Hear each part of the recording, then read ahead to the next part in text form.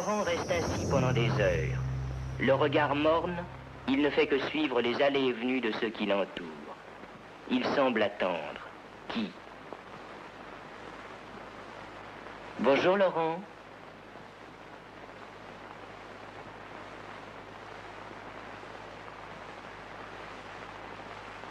Tu veux venir avec moi?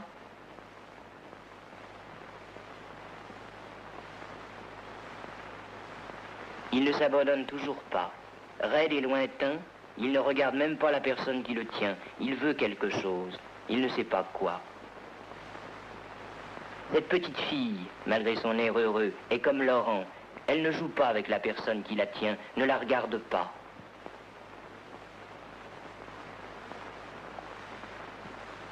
Qu'un adulte le touche, tente de le faire marcher et le voilà à plat ventre. Il ne peut supporter d'être touché.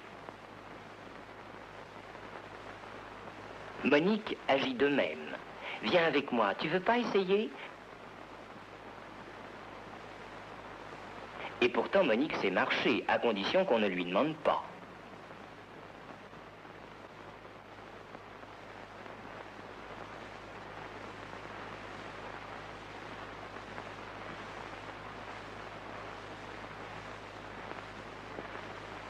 Dans les années 40, on commence enfin à s'intéresser plus activement aux enfants ayant des difficultés psychologiques.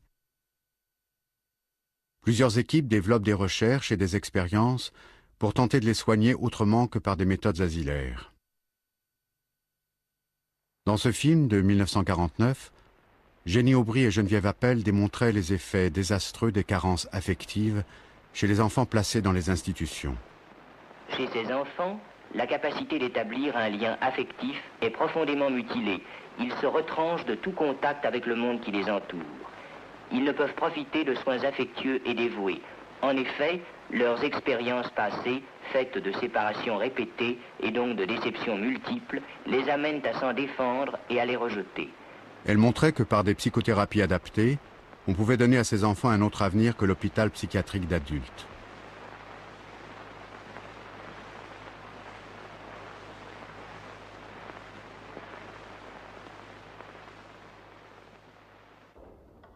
À cette époque-là, Françoise Dolto commence son activité clinique dans la voie qui est la sienne, la psychanalyse d'enfants.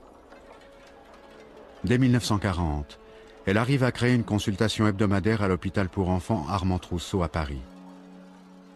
Il y reçoit des enfants qui viennent en consultation ou qui lui sont envoyés pour des troubles psychologiques et qu'elle soigne par des cures psychanalytiques. Cette consultation, devenue très célèbre, dans son petit bureau anonyme de l'hôpital Trousseau, Françoise Dolto l'amènera tous les mardis pendant 38 ans.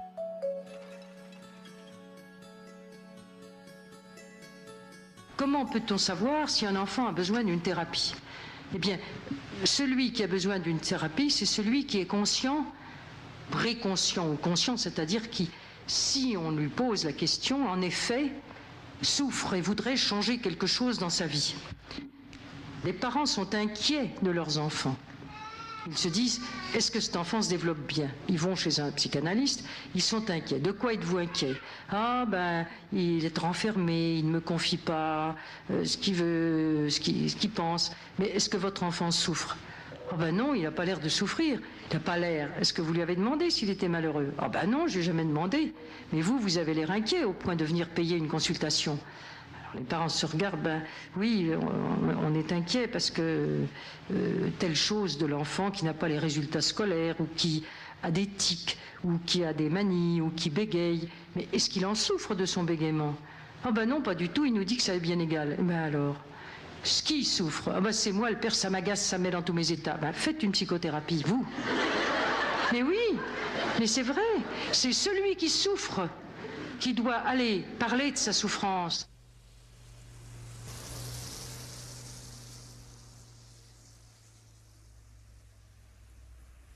J'ai vu des parents venir très inquiets d'un enfant qui pissait au lit, en comprésie, pisse au lit. C'est pas commode pour les parents. Hein, mais l'enfant était très content comme ça.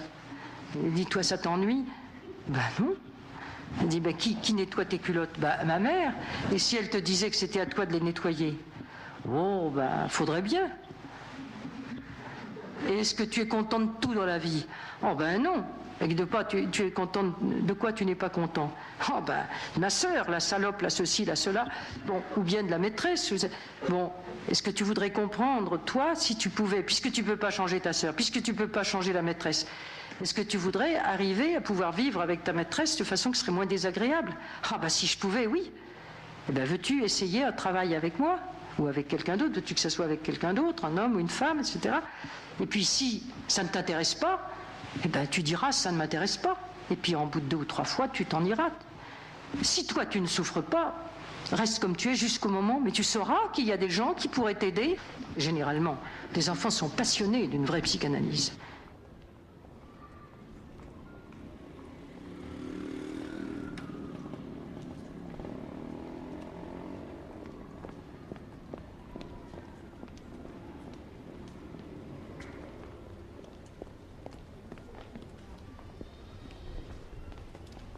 Une personne vient parler, d'elle et des autres, à un psychanalyste formé pour l'écouter et elle le paie pour cela. Le patient, guidé par l'interprétation de son analyste, découvre les difficultés et les conflits qui résident dans son inconscient. C'est en mettant au jour ces tensions inconscientes, dans le rapport qui s'établit avec son analyste, que le patient sera soulagé. Tout ça n'est ni bien ni mal. Hein, jamais l'analyse ne peut travailler sur le bien et le mal. Elle travaille sur la souffrance, qui est un mauvais ressenti, mal dans sa peau, pour une raison que le sujet connaît ou qu'il ne connaît pas, mais il sent qu'il est mal dans sa peau. Est-ce que tu sens que ça va vraiment bien? Ben non, non. Est-ce que tu voudrais travailler? J'ai des cauchemars, toujours, ça m'embête mes cauchemars. Veux-tu venir les raconter à quelqu'un? Ah ben si ça peut m'aider, oui. Ben viens, tu raconteras les cauchemars, peut-être que ça t'en sortira.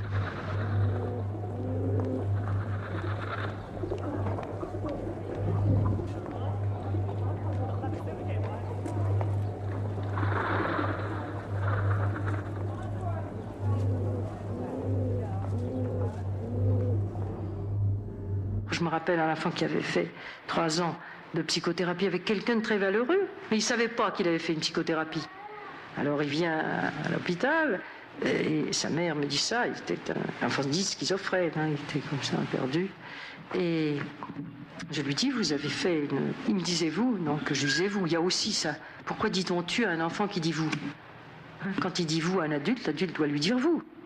Enfin, pourquoi on veut tout de suite prendre ce pouvoir comme s'il était petit et nous grand?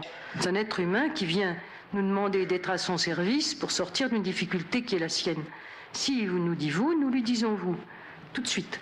Celui-là m'avait dit vous, je ne sais pas qui vous êtes, mais je lui dis est-ce que vous voulez me parler? Je ne sais pas qui vous êtes. Ben, moi je suis psychanalyste, qu'est-ce que c'est que ça? C'est quelqu'un qui est au service de ceux qui viennent le trouver parce qu'ils sont malheureux de quelque chose ou qui souffrent de quelque chose. Est-ce que vous êtes malheureux? Il n'a pas répondu. Est-ce que vous souffrez? Alors il ne répondait pas, c'était un schizophrène. Je lui ai dit, ben, est-ce que vous souffrez dans votre corps? Alors j'ai pris le haut en bas, la tête, le cou, puis j'avais pas eu le temps d'aller plus loin, qui dit, je souffre à rien dans mon corps. Voilà. Est-ce que vous souffrez autrement? Alors comme ça.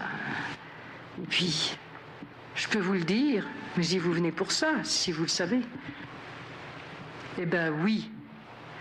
Ben oui, je souffre à mon père. Et j'ai dit, vous croyez que vous pourriez changer quelque chose à cette souffrance? Eh ben, je ne sais pas. Est-ce que vous voudriez travailler à moins souffrir à votre père? Ah oui. J'ai dit, vous avez déjà travaillé. Est-ce que vous aviez parlé de ça avec Madame Untel? Il me dit, mais Madame Untel, pourquoi? Je dis, parce que c'était une psychothérapie. Vous êtes allé chez elle 3 ans, 2 fois par semaine. Moi, jamais fait de psychothérapie, comme ça. J'ai dit, vous alliez chez quelqu'un qui vous disait de parler de... Ah oui, ma mère m'avait dit que c'est quelqu'un qui aimait les enfants. Alors, je n'ai pas emmerdé ma mère de chez elle. Mais jamais je lui ai parlé, ce qui était vrai.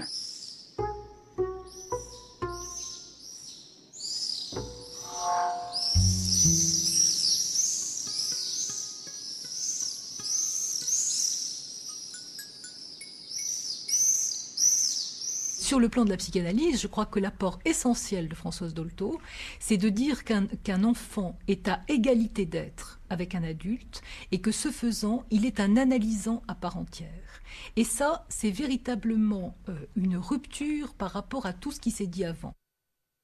Ce qu'elle dit, c'est qu'il n'y a pas de différence entre un enfant qui vient faire une analyse et un adulte qui vient faire une analyse. Bien sûr, il va y avoir une différence dans la façon dont ils vont s'exprimer.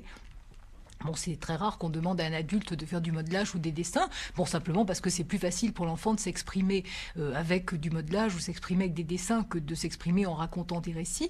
Bon, ça, bien sûr, c'est une différence. Hein. De même qu'il y a une autre différence qui est que l'adulte parle du passé, enfin, parle de son enfance beaucoup et que l'enfant le vit au présent. Bon, mais il n'y a pas de différence en ce sens que la cure, dans son éthique, est la même. C'est-à-dire que l'enfant a droit au même respect. On n'a pas plus à le diriger, on n'a pas à le conduire quelque part, on n'a pas à vouloir son bien, on n'a pas à lui imposer des choses, on a à avoir la même rigueur, le respecter autant, lui laisser faire son chemin tout autant qu'un adulte. Ça, c'est absolument révolutionnaire. Françoise Dolto tient sa consultation à l'hôpital Trousseau jusqu'en 1978.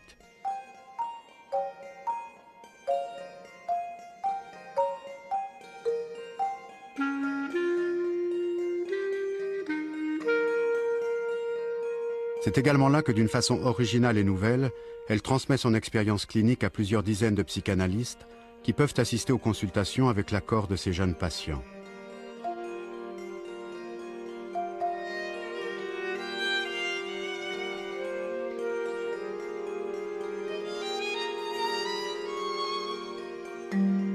Ici, pendant toutes ces années d'activité clinique ainsi qu'au cours de ses séminaires, Françoise Dolto a formé des générations de praticiens à son enseignement. Oui, elle était effectivement, elle, assise à un bureau perpendiculaire auquel figurait une petite table, le bureau de Françoise Dolto, la petite table à laquelle était assis l'enfant qu'elle recevait, en face d'elle, les quelques 10 à 15 assistants qui pouvaient être là, pressés dans ce petit bureau qui n'était pas gigantesque, comme vous avez peut-être pu le découvrir, et donc recevant là et l'enfant et le cas échéant la famille accompagnatrice, car il est important de préciser au passage que dans le travail que Françoise Dolto effectue, c'est un travail qui peut s'effectuer avec l'enfant seul, mais je dirais que si c'est l'enfant qui monte au front de son travail analytique et psychothérapeutique, c'est toujours en association et en présence avec les parents eux-mêmes qui sont, d'une certaine façon, pris en compte dans ce travail psychothérapeutique.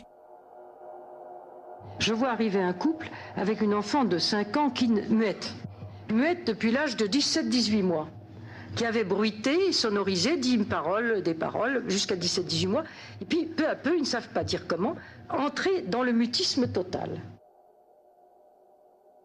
À l'hôpital Trousseau, Françoise Dolto reçoit pour une première consultation la petite fille muette et ses parents. Dans un coin, il y a 2 paniers. Il y a 2 paniers avec des bidules, je sais pas, des vieilles poupées, des vieilles bobines, des tuyaux, des cordes, n'importe quoi, que des enfants ont amené, des petites autos qui sont dans un coin, qui ne me servent jamais pour les traitements, mais qui dans mon bureau servent pour occuper les enfants pendant que les parents parlent, parce que je veux toujours que les parents parlent devant les enfants s'ils veulent bien, les parents. Et si les enfants veulent bien, si les enfants veulent s'en aller, la porte reste entrouverte pour qu'ils s'en aillent. Donc si les enfants restent, c'est qu'ils veulent écouter. Si les parents parlent, c'est qu'ils peuvent tolérer de parler devant l'enfant. Et alors moi, je suis aussi attentive à ce que l'enfant me dit, avec sa manière d'être, que les parents. Bon. Et c'est comme ça que je vois que les enfants sont toujours s'intonent à ce que disent leurs parents. Ils entendent tout. Alors voilà, la mère me dit qu'elle a eu plusieurs fausses couches avant la naissance de cet enfant. Et c'est pour ça que cet enfant a été, pour elle, si précieuse, enfin, etc. Et que, depuis, malheureusement, ils n'ont pas pu avoir d'enfant bon. Et alors, je voyais cette petite qui cherchait dans le panier, qui a tout sorti, et qui a sorti les poupées, elle regardait, elle achetait, tout ça pendant que la mère disait qu'elle avait essayé d'avoir des enfants. Et puis, elle apporte entre ces 2 parents qui étaient assis, et pendant que la mère me parlait, elle apporte une poupée absolument dégueulasse, qui a été apportée un jour et laissée par un enfant psychotique, qui avait un œil crevé, toute peinte, tous les doigts coupés, enfin, une pauvre représentant sadisée jusqu'au trognon, et toujours habillée, qui était encore habillée, qui était dans le fond du panier, qu'aucun enfant ne s'occupait jamais de cette horreur, et qu'elle a sorti. Elle arrive avec ça, elle le chérit, et elle le met dans les bras de son père, qui me parlait, qui ne s'occupe pas du tout de toute la geste de l'enfant. Elle le met dans les bras de son père, ensuite elle le resserre contre elle, elle le met... oui, c'est ça. Au lieu de le mettre dans les bras de sa mère, elle le met sur le siège, sur les cuisses, le haut des cuisses de la mère, et le fait tomber par terre. Bon. Elle tombe par terre, personne ne fait attention à rien, la mère non plus, que moi qui faisais attention à ce qu'elle faisait. Elle reprend, même elle va faire un tour, je sais où, elle reprend, elle fait 3 fois le même système. Et alors à ce moment-là, je dis à la mère, mais... depuis que l'enfant est né, vous avez fait une fausse couche.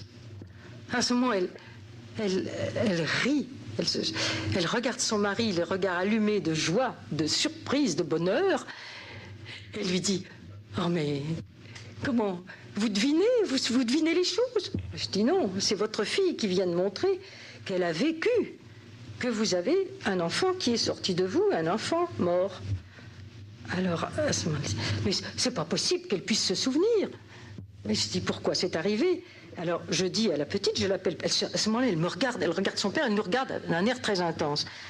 Mais je dis, mais pourquoi? C'est possible, vous dites que vous auriez tellement désiré un enfant depuis, peut-être que c'est seulement ça, je n'en sais rien, est-ce que vous avez autour de vous? Alors elle dit ça, mais non, écoute, on peut lui dire, alors, ben voilà. Pour des raisons médicales, la mère avait dû subir un avortement quand sa fille avait 3 mois.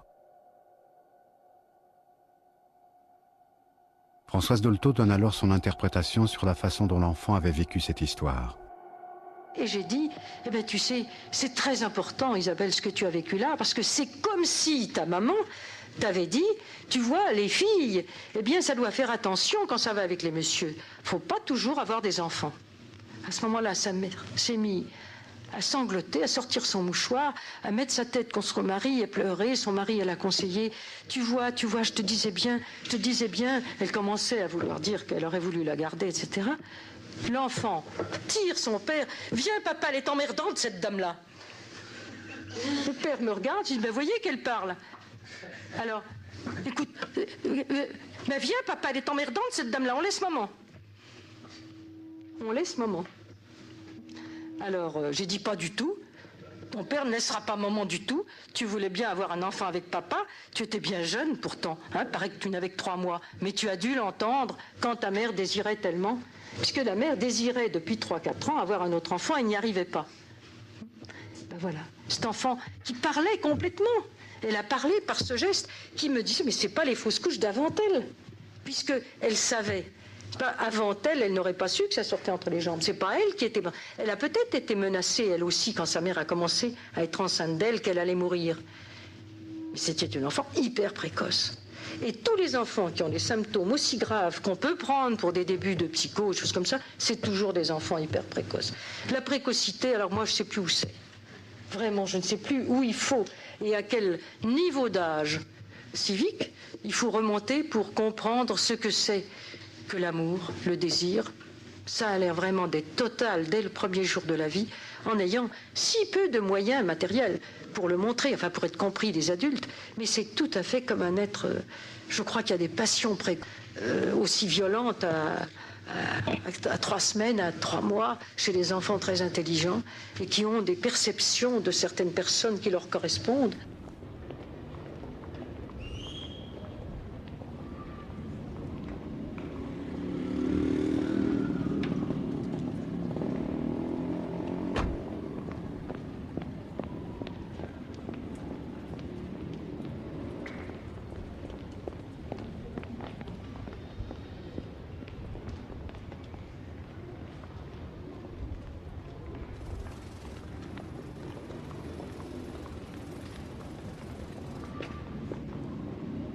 L'enfant, parfois, ne dit rien et regarde.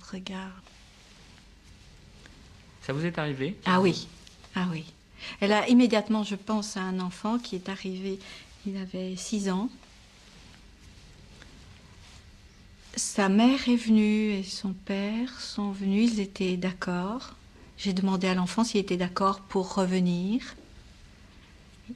Il a fait oui de la tête. Et puis il est venu seul, la deuxième fois, et il m'a regardé.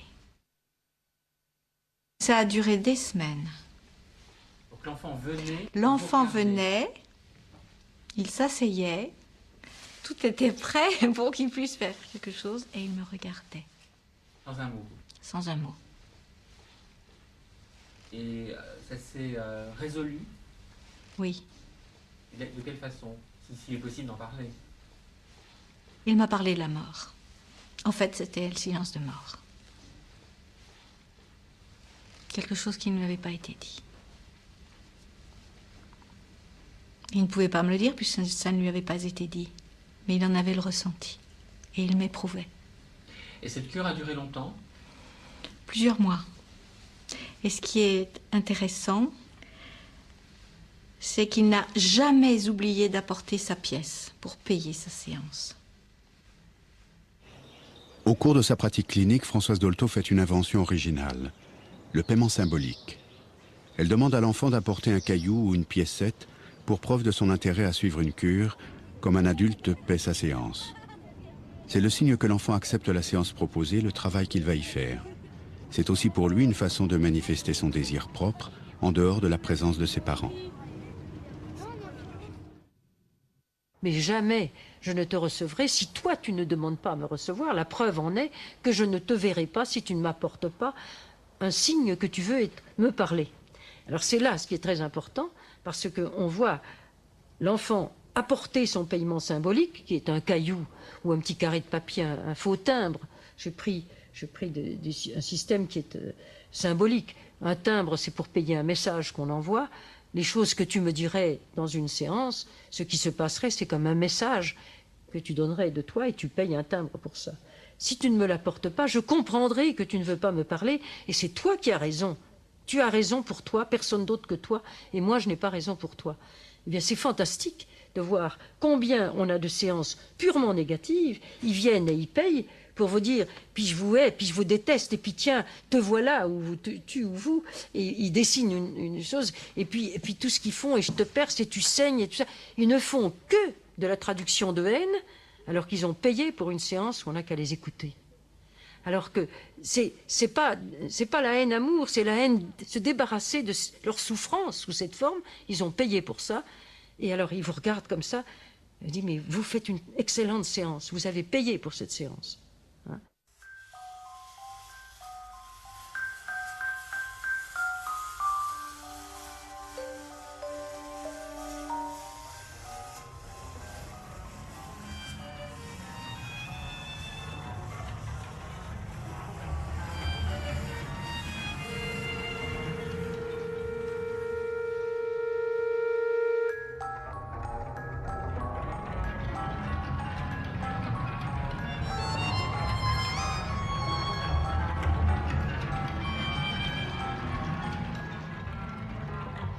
C'est Sophie Morgenstern qui avait initié Françoise Dolto en 1936 à l'écoute de l'enfant par l'intermédiaire des dessins qu'il fait pendant la cure.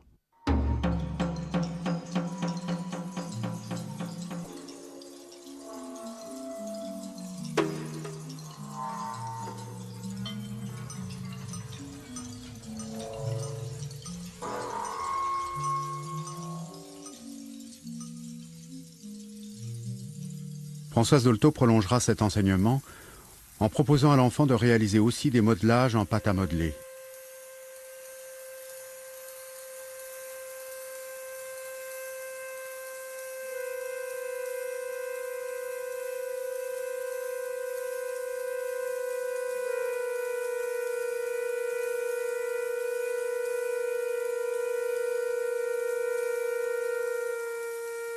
Mais au-delà des dessins et du modelage, c'est par une observation totale de l'enfant, de ses gestes, de son corps, que Françoise Dolto peut avancer une interprétation.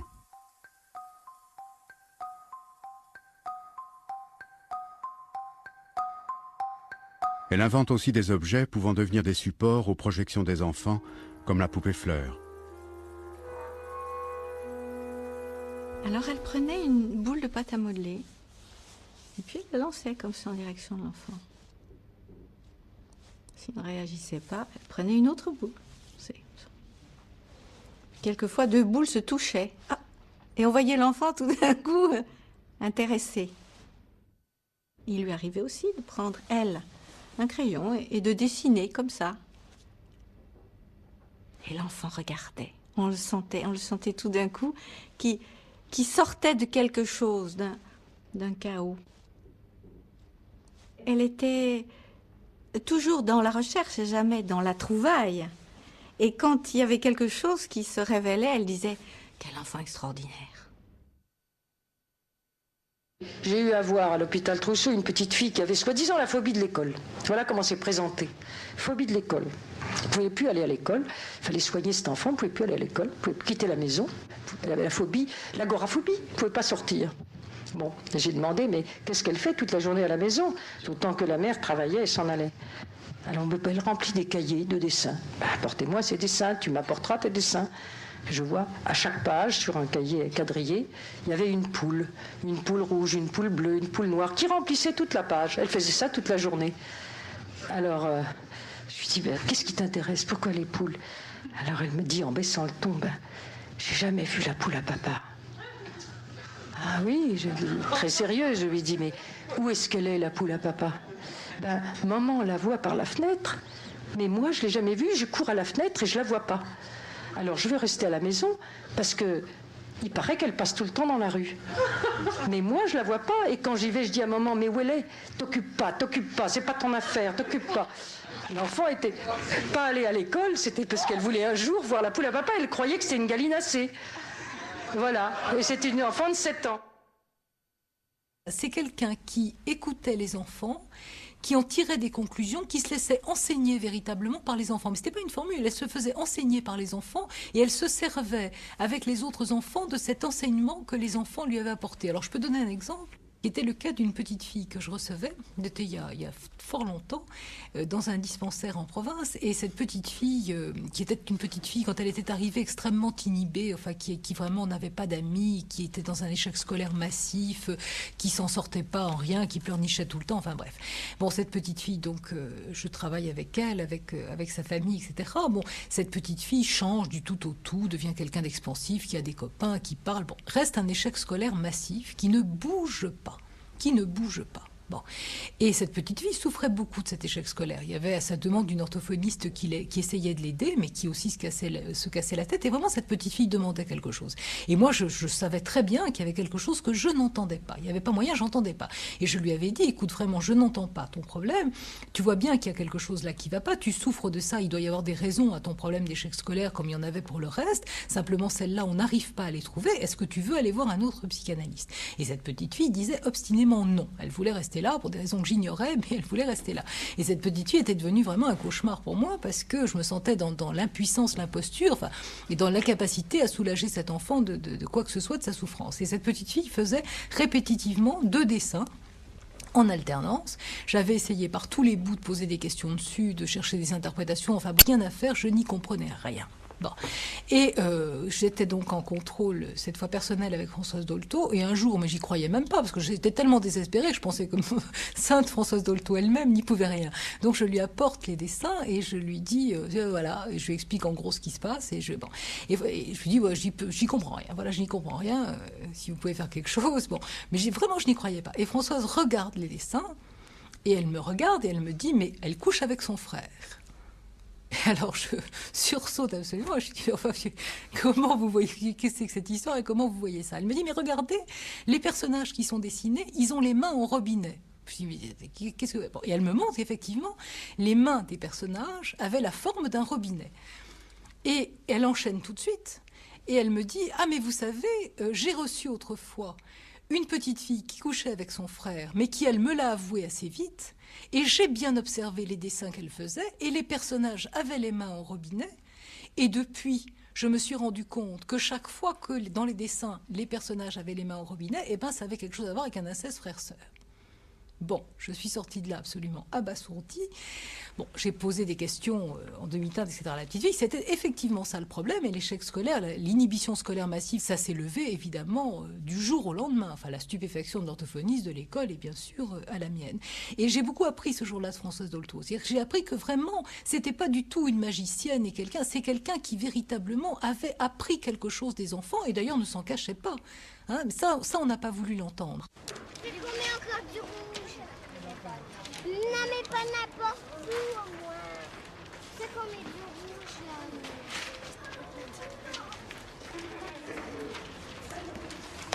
Attention, j'ai trop de vert. Est-ce que j'ai la carte? Mais moi, j'ai trop de rouge. Là, faut pas faire le rouge, puisque le rouge. Là, excuse-moi, un peu de rouge.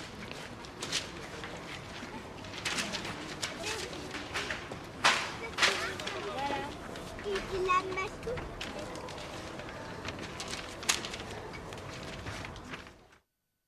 Il est magnifique son escargot. Il y a une dynamique de départ chez cet enfant qui est formidable. La dynamique de départ, oui. Et ça vient de quand le rond de l'escargot, il a une spirale qui mathématiquement est juste. Et il a une spirale mathématiquement juste, ce qui est très rare. Et elle est violette. La couleur violette est la couleur sans sexe. Les couleurs ont un sens pour les enfants. Et ça, je l'ai appris des enfants. Moi, je ne savais pas avant. Alors voilà que je pense que ce papillon, vous voyez, c'est un squelette. C'est des os, comme les enfants voient, ce premier papillon. Bon, il y a énormément de choses qui n'ont pas été vues. Et alors voilà, je vous reviens à Madame Morgenstern, qui a fait des traitements d'enfants, pas un mot, pendant peut-être un an et demi, de dessin. Prendre les dessins, au revoir, et l'enfant, un jour, s'est mis à parler, puis est revenu. Et il dit, mais maintenant que tu parles, tu pourrais peut-être m'expliquer tes dessins. Il a pris les premiers dessins, il lui a tout raconté, tout ce qu'il lui avait raconté, son histoire dans les dessins. Et jamais elle avait dit un mot. Et c'est comme ça que j'ai commencé et que je continue. Ce qui s'est passé, c'est que quand des enfants lui parlaient dans le détail, elle n'a pas pris pour des détails ce que nous, analystes en général, même si nous avons l'oreille ouverte, prenons pour des détails. Elle l'a pris pour du vrai, pour des choses importantes. Pour des enfants, ça n'est pas un détail. C'est un grand danger de l'interprétation des dessins d'enfants et c'est quelque chose à quoi le travail de Françoise Dolto n'a pas échappé. C'est-à-dire qu'elle disait toujours, et c'était extrêmement important, qu'on ne pouvait jamais interpréter le dessin d'un enfant sans les associations d'un enfant qui sont absolument uniques. Bon. Mais évidemment, à partir du moment où elle avait cette espèce de façon extraordinaire de décrypter les dessins, mais un peu comme un expert en tableau va tout de suite voir dans un tableau s'il est 18e, s'il est 19e, si telle partie a été refaite à telle époque, etc. Un expert va voir ça. Françoise voyait ça comme ça. À partir du moment où elle restituait comme ça les choses, et c'est vrai qu'elle avait... elle les restituait sans méfiance. Elle se méfiait jamais des auditeurs. Elle créditait toujours les auditeurs du même souci qu'elle-même avait de la recherche, de l'honnêteté, de cette même démarche de travail. Et c'était pas toujours le cas. Donc ça a donné effectivement des générations de gens qui disent « Ah, les maisons avec tralala, ça veut dire ça ». C'est absolument absurde. Mais on voit bien comment c'est très facilement. Hein, mais en tout cas, il faut être très très clair et ferme là-dessus. Il n'y a aucun lexique de dessin d'enfant.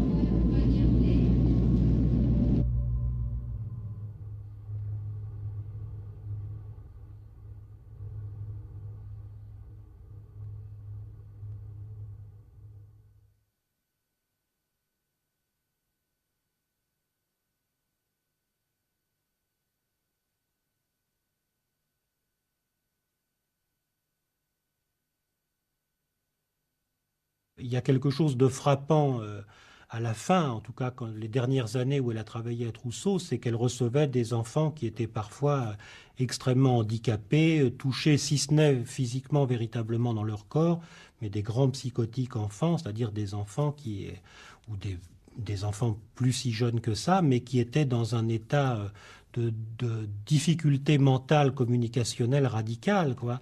Et c'était ça aussi, bien sûr, l'une des choses impressionnantes.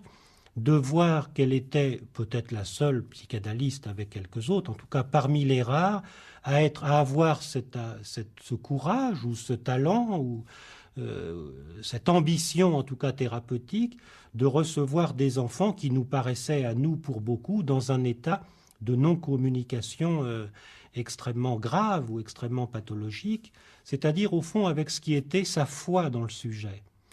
C'est-à-dire qui était le fait que là où il y a de la corporéité présente avec un humain, il y a du sujet. On parle de sa foi, on a beaucoup parlé de sa foi en tant que religieuse. Je crois qu'il faut la situer, sa foi, dans son laïcat clinique qui faisait que, recevant des enfants comme ceux-là, elle avait la conviction qu'elle pouvait être entendue du sujet auquel elle s'adressait. Il y a du sujet là, quelque part enfoui. Tout le travail de l'analyste, c'est de réfléchir aux moyens d'arriver à l'atteindre, de trouver les bons truchements pour établir la communication avec lui.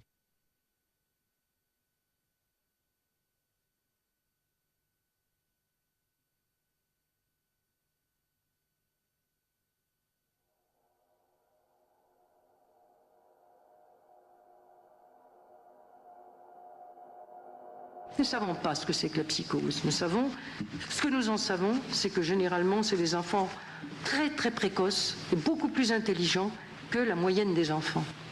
Et qui sombrent dans l'absence de communication parce qu'ils n'ont pas été compris à un moment. C'est ni bien ni mal. C'est une épreuve de notre vie. Ça existe autant, la psychose, dans les pays de l'Est que chez nous.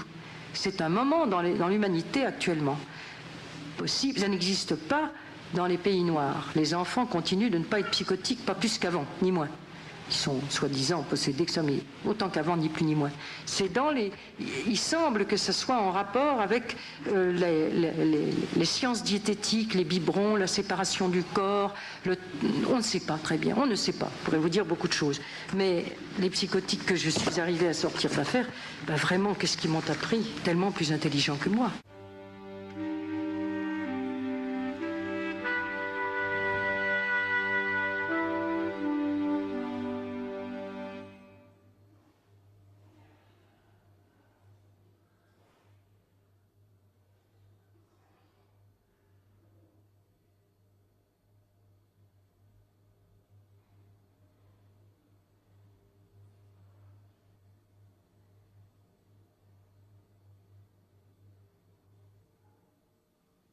Les autistes petits sont des enfants qui ne souffrent déjà plus, mais qui ont beaucoup souffert au moment où ils sont entrés dans l'autisme, sans que cela se voie, parce qu'ils ont souffert dans leur pulsion passive.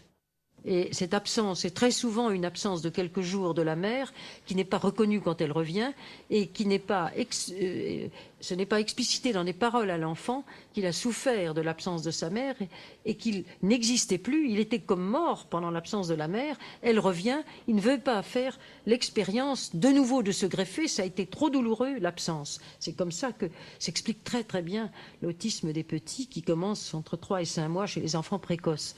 C'est toujours une précocité et une communication qui n'est pas comprise. C'est la faute à personne.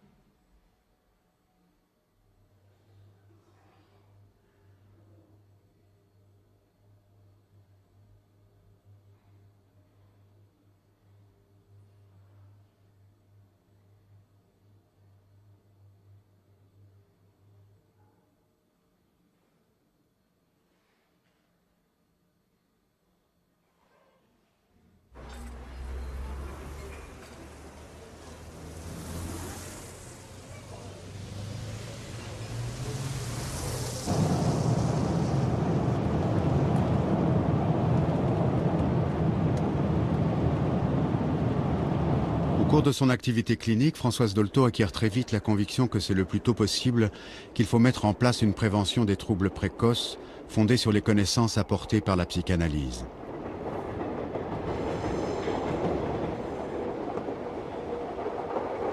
Elle met en œuvre cette idée en 1978 avec quelques personnes en inventant la Maison Verte.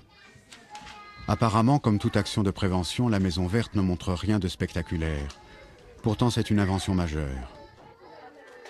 C'est un lieu de loisirs pour les enfants petits avec leurs parents, une sorte de jardin public avec un toit où se passent des événements qui n'ont lieu dans aucun jardin public des villes modernes. Pour une raison simple, c'est que la vie dans ces endroits est fondée sur quelques principes très précis. Françoise Dolto a toujours été très centrée sur l'importance pour les enfants d'en rencontrer d'autres. Et au plus tôt au mieux. C'est cette idée comme ça qu'à partir du moment où, et je pense que ça c'est une des difficultés sans doute de tous les couples et les jeunes couples aujourd'hui, c'est de se refermer petit à petit, de faire ce qu'on appelle des familles comme ça unicellulaires, où en fin de compte on vit à 3, parfois 4, 5, c'est déjà exceptionnel, dans une entité isolée, un petit appartement. Et je pense que pour elle c'était fondamental qu'il y ait toujours une ouverture, qu'il y ait une possibilité pour les enfants de voir d'autres enfants, pour les adultes de voir d'autres adultes, de ne pas justement se refermer. Françoise Dolto trouvait cruel que la société sépare l'enfant de ses parents dans les premiers mois, sans transition, sans apprentissage de l'autonomie.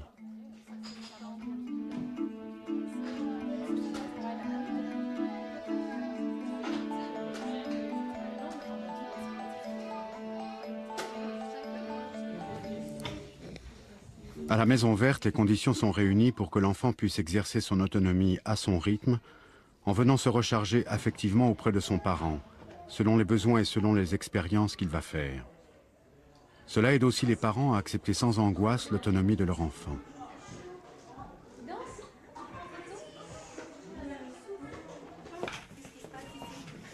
on commence pas par taper sur Sarah en arrivant, tranquille. Non, Sarah, tu tapes pas. Monsieur Lara peut commencer à taper.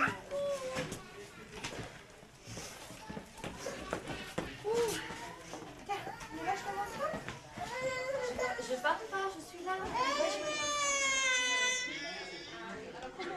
C'est sûr qu'il y a des tas de moments où ça se passe pas bien. Je veux dire que quand il y a 20 enfants et qu'il y a des conflits, puis des enfants qui sont quand même puisqu'ils sont pas encore tout à fait dans la parole, ils sont très dans l'acte, très dans le geste. Alors bon, quand on veut un jouet, on l'arrache. Quand il y en a un qui est sur le passage, on le pousse. Donc il y en a qui vivent des expériences très difficiles, de se faire renverser, de se faire agresser.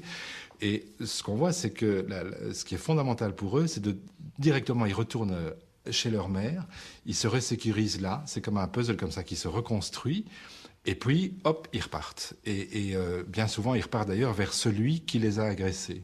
Et c'est là où on se rend compte que pour eux, c'est pas vraiment, ils ne sont pas dans l'idée qu'au fond l'autre est méchant. Parce que très vite, les adultes mettent des étiquettes là-dessus. Tu es méchant, tu dois être gentil, enfin bon. Et en fait, pour les enfants, la question se pose pas comme ça. C'est une expérience, ils se sont fait pousser. Tiens, pourquoi ça se passe comme ça? Alors, ils y retournent pour voir si ça va encore se passer comme ça.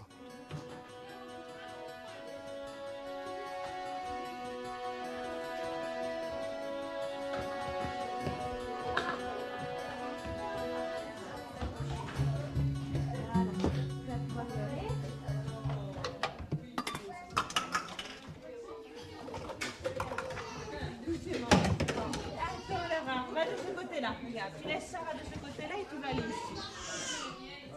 Tu laisses. On dit, on ne peut pas jouer à l'eau si on n'a pas de tablier. L'enfant se roule par terre parce qu'il veut jouer à l'eau sans tablier. Tu peux te rouler par terre, c'est pas mal du tout. C'est pas mal de se rouler par terre. Pourquoi il faut se fâcher? Qu'est-ce que ça fait du mal à qui? À personne. Il veut que ça fasse de l'effet. Ça ne fait pas d'effet. On dit, moi, il a fait de la gymnastique. Mais tu ne peux pas pour ça aller jouer à l'eau maintenant. Mais moi, je lui permets à la maison, dit la mère. Mais vous avez raison chez vous. Mais ici, c'est le règlement pour tout le monde.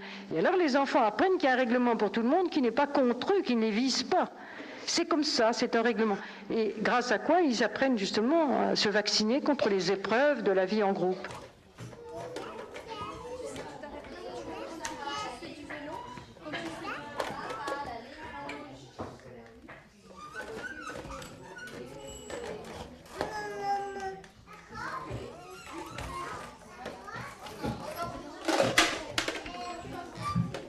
L'important, c'est de leur parler la règle et de leur dire qu'une ligne rouge qu'on ne dépasse pas avec les vélos, d'abord ça a un sens parce que sinon on serait complètement envahi de vélos du côté où justement il y a des enfants beaucoup plus petits.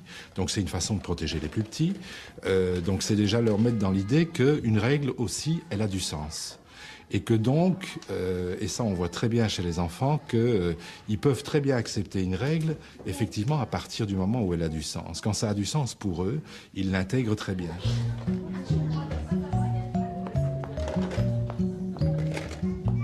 Les familles viennent de façon anonyme à la Maison Verte, mais l'enfant est accueilli à travers ce qui lui appartient en propre, son prénom.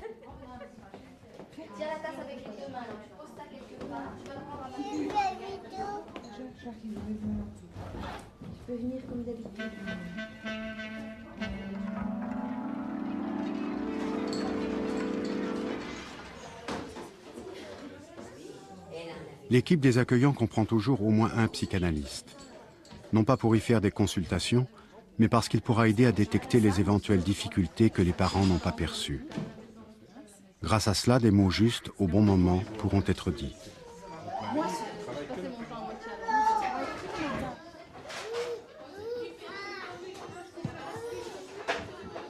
La parole sera aussi présente pour aider l'enfant dans ses expériences quotidiennes. Dans les jeux, on ne fera pas les choses à la place de l'enfant, on lui dira comment faire. Ainsi, l'enfant apprend à s'auto-materner, c'est-à-dire à assurer seul la satisfaction de ses besoins.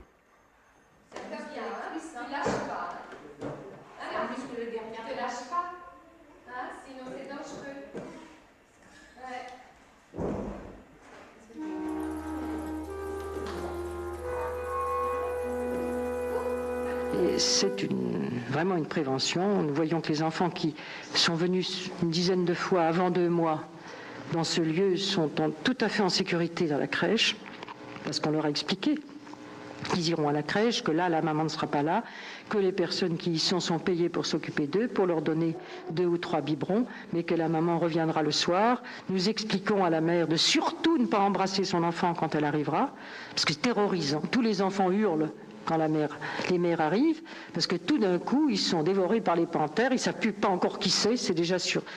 La misère sur le pauvre monde qui les dévore de baisers, parce que la mère est frustrée pendant 8 heures d'avoir mis son enfant en crèche, après elle s'en est occupée pendant 2 mois.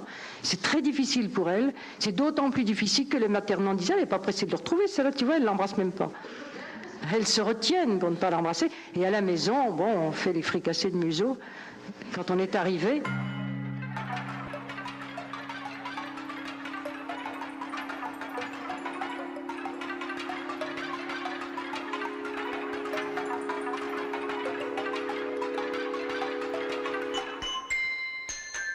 Depuis 1978, l'idée de Maison Verte n'a pas seulement essaimé un peu partout, mais a été aussi reprise par des équipes qui l'ont adaptée à d'autres environnements.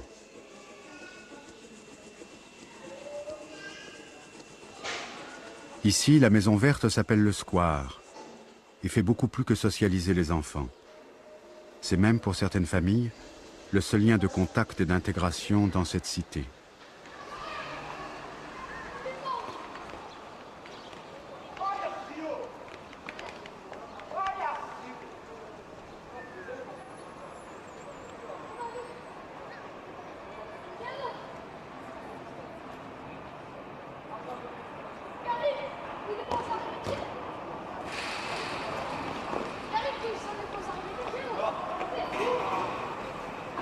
En général, dans les milieux moins favorisés, c'est un milieu de gens plus, je dirais, qui ont peut-être moins de chance que d'autres.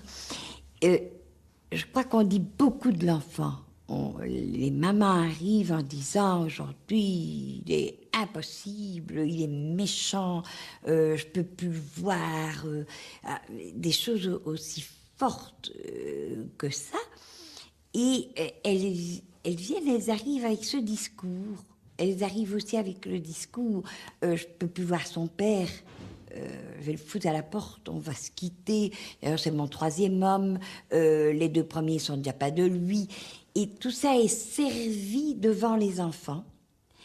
Et j'ai été fortement étonnée de voir qu'en redisant à l'enfant, mais tu entends ce que maman dit, elle en a vraiment marre, elle est débordée, qu'est-ce que toi tu vas faire avec ça? Comment toi tu vas grandir avec ça? Et ça, je pense qu'à ce moment-là, l'enfant souvent écoutait. Je pourrais vous raconter une anecdote qui s'est passée avec un beaucoup plus petit. Une jeune femme arrive, c'est son 6e bébé, qui naît prématurément. Et pas tellement prématurément, cet enfant avait quand même 2,5 kg. Et elle arrive après la naissance de cet enfant, qui est resté 3 semaines en clinique après son départ, en disant bah, il est petit, il est laid, il est tout à fait raté. Bon. Alors l'enfant sort de la clinique et la maman vient à la maison de quartier et nous montrer son bébé.